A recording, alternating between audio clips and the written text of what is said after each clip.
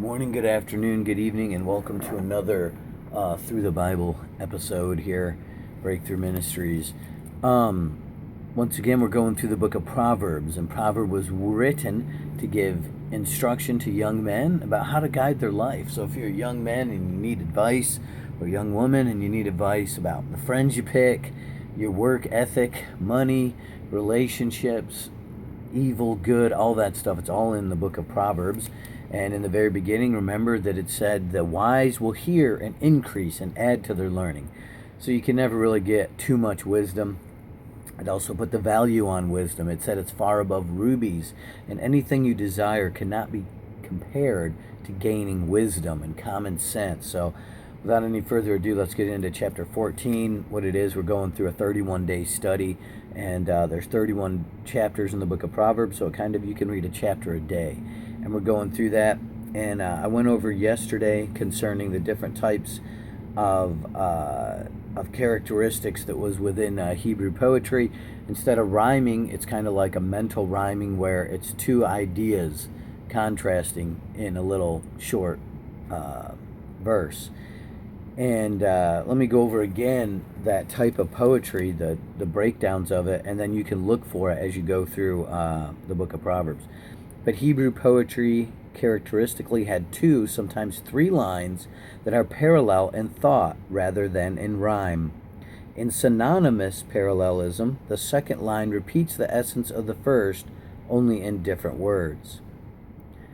So that would be saying something like, with the Lord there is joy and happiness forevermore. You got two lines, and they basically say the same thing, but in different words. At the right hand of the Lord, there's joy forevermore, and with him there's everlasting peace. But basically it's two lines, and they both say the same thing, but in different words. That's synonymous parallelism. And in antithetic parallelism, the second line stated the opposite of the first, and this is when you see antithetic, just break it down and think antithesis. What's the exact opposite?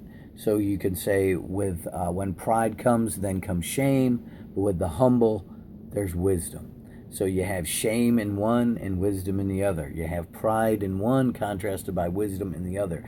And the wisdom and the intelligence in all this is that the best way in the movies to make a bad character look really bad and a good character look really good is you take the good character and you also put in that movie a really bad character. If everybody was kind of mediocre, it wouldn't make the hero look really good and virtuous.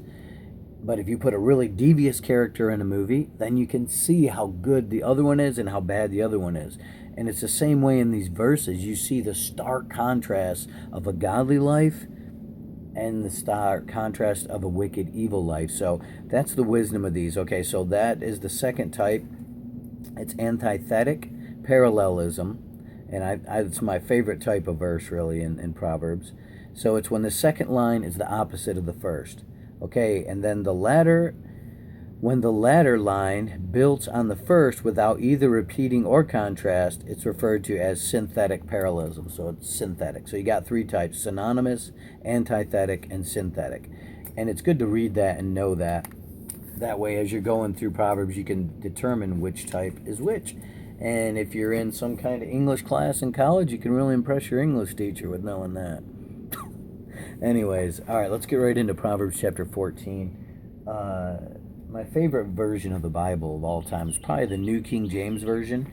But today we can go, there's the New Living Translation, and then there is the Voice, which is a pretty good version. I like the Voice. Let's just kick it right off.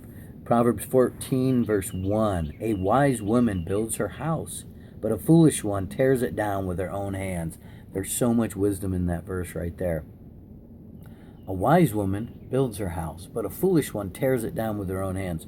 Oftentimes we are our own enemies in life. We get something good going, and then we have a freak out moment, and we just rip it down and destroy it all. Don't be like that. Be wise. Okay? Whoever travels through life with integrity respects God, but whoever turns from it hates him. So there's a way of showing you love God. Use integrity. Be a person of integrity. And we defined integrity as doing the right thing even when no one's looking. All right. A fool's words betray him and invite punishment, but the humble speech of the wise will spare them. So you have two different types of speech.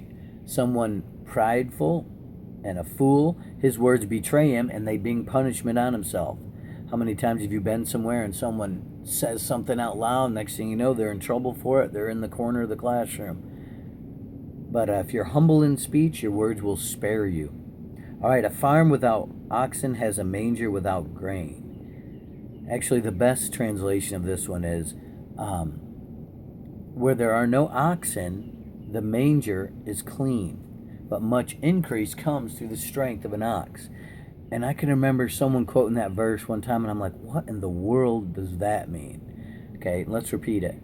Where there are no ox, the manger is clean, but much increase comes by the strength of an ox. Okay, so on a farm, if you don't have any cows, then guess what? You don't have to clean up after them. I remember growing up in upstate New York, there's a lot of farms, and my best friend had a farm. His dad had a farm.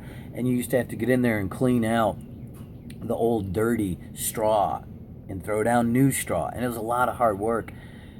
But if you don't have those cows, guess what? You don't have to clean up in the pen. You don't have to clean up after the ox. But much increase is given by the strength of an ox. But those cows produce milk, or in the case of an ox, the ox gets out and plows the field so that you could plant the crops. Okay, so let's think about it again. Where there is no oxen, the stall's clean, but much increase comes by the strength of an ox. And here it is. Here's the amazing revelation with this. It's like this one lady that I worked for once at a sign shop. She would fire everybody at least once a week, right? Okay, with no oxen, the stall is clean, but much increase comes by the strength of an ox. With no employees, you got no stress, no one to yell at. Everything's perfect, just the way you want it. But much work and production comes by having employees. So in our life and in things, there's you could get rid of everybody and have a clean life, have your life just perfect the way you want it. But friendship has benefits, but things have benefits. And really it goes to employers. Without those employees, you wouldn't have the hassle of trying to explain things to them or deal them. But much increase comes by the strength of your employees. So basically, if a farmer said, man, I'm tired of cleaning up after these cows, and just got rid of them, yeah, he wouldn't have to clean up after the cows, but much of his benefit comes from that. And it's the same way in our lives. You have to realize that in this life, no one is perfect.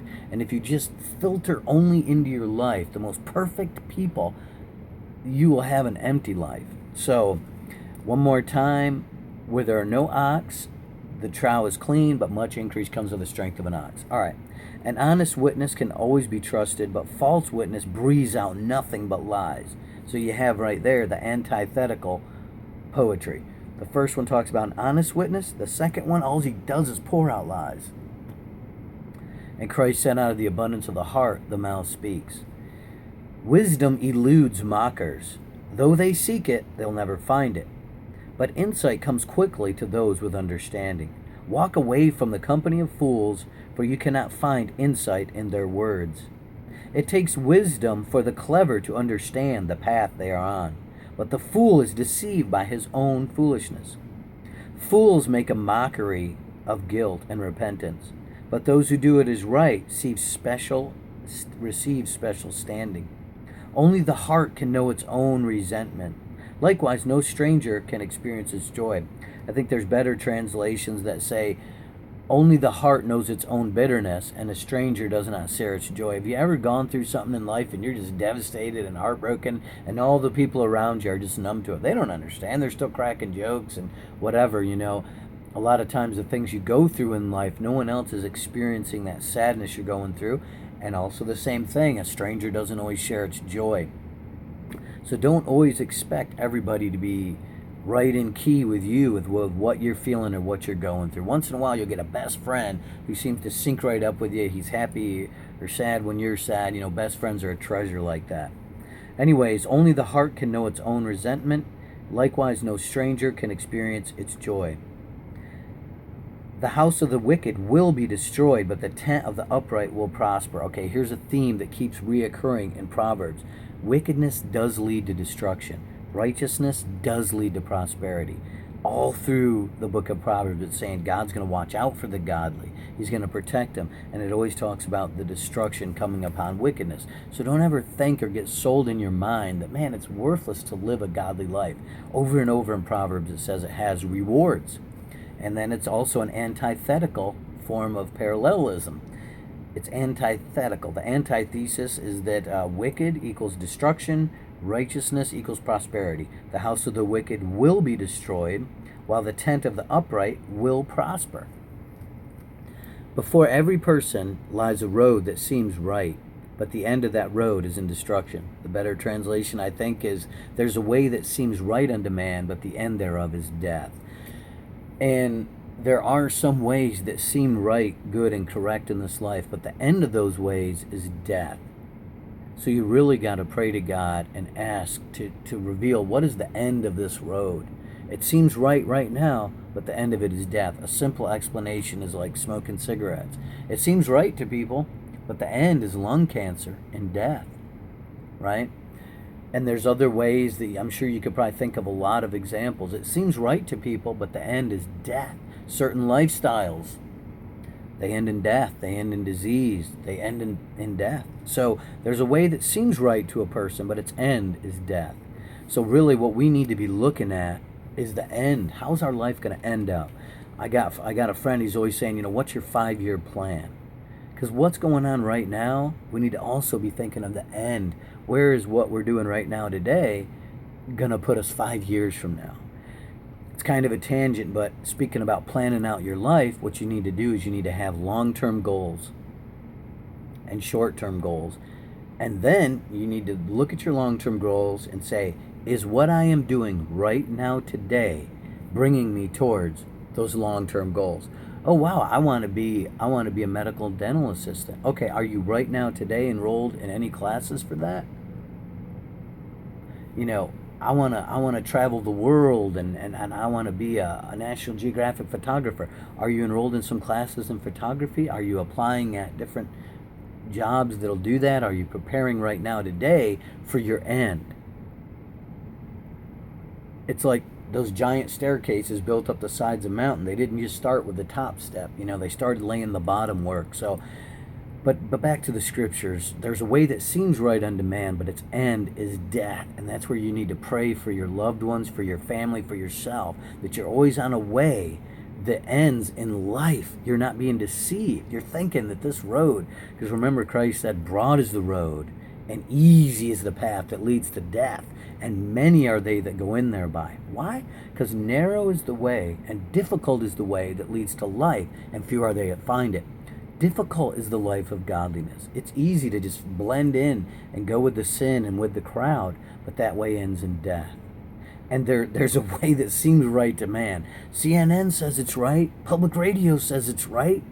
Everybody, all these people say it's right, but the Bible says it ends in death. We know there's certain lifestyles that are basically just lust unchecked and gone awry, and the Bible says those lifestyles end in death.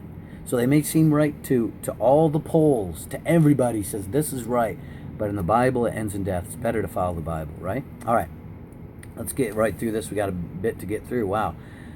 Laughter can mask heartache, and joy often gives way to grief. A disloyal heart has its fill of disloyal ways, but a good person will be satisfied from above. I like another translation that says the backslider will be filled with his own ways, but a good person will be satisfied from above. Basically, sin will become boring. If you're walking with God right now and you have a peace and contentment in your heart, don't backslide and go off, because every backsliding Christian will tell you it gets boring. Sin looks real exciting at first, but in the end, it's boring. I watched a little documentary yesterday about a guy named Head, the guitarist for Korn, and he's amazing, man. If you listen to his solo stuff, he basically was Korn. But basically, he said he was so bored. He was living on meth every day, and he was taking Xanax, but he was bored. It just wasn't exciting. So the backslider will be bored, but the godly will be satisfied from above. Okay, let's get through this. The gullible believe everything they're told, but clever people know how to question every step. The wise are cautious and stay far from evil, but fools are hot-headed and careless. A quick-tempered person make fools of themselves, and evil schemers make many enemies. The naive are heirs of foolishness, but the clever are honored with insight. Evil people will be humbled before the good. They'll bow before the good. The wicked will stoop at the doorstep of the righteous. The poor are hated even by their own neighbors, but the rich are loved and have many friends. Those who have contempt for their neighbors are sinners, but those who are kind to the poor are happy. Don't those who work evil stray from the truth? Those who plan goodness experience unfailing love and faithfulness. Prosperity comes from hard work, but talking too much leads to great scarcity. The wise are honored for their wealth. The reward of fools is just more foolishness. A truthful witness protects lives and wins souls, allowing evil not to triumph. But the deceitful witness speaks out lies and puts the innocent in jeopardy. Reverence and fear of God brings confidence, and one's offspring will have hope and protection. Respect and honor for God is the basis of a satisfied life, which guards a person from being trapped in the snares of death. A king's splendor is in his many people, but a declining population will lead to his ruin. Whoever is patient and slow to anger is great in understanding, but whoever has a quick temper magnifies foolishness. A serene, peaceful heart can add years to one's life, but the wrong kinds of passion will rot the bones. Whoever oppresses the poor insults their maker, but anyone who is gracious to the needy honors him.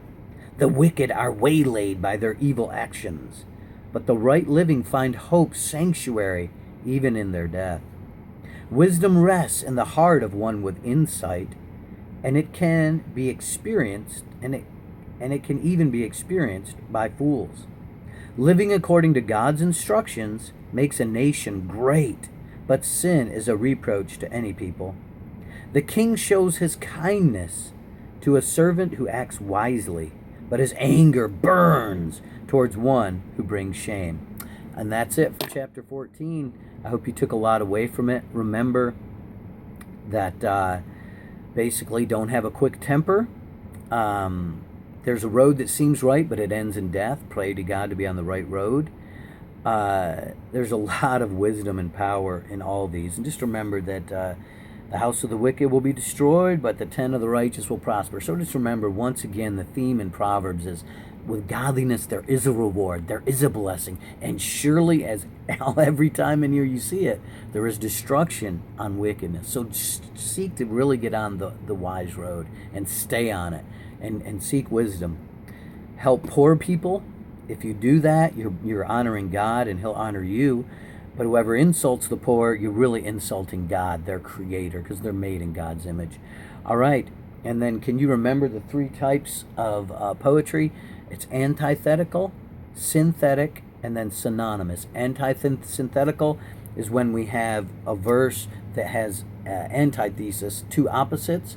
Synthetic is that it repeats the same idea, and synonymous is when it repeats the same thing but using different words. All right, I hope you have a great day, and stay in Proverbs with me. Take care.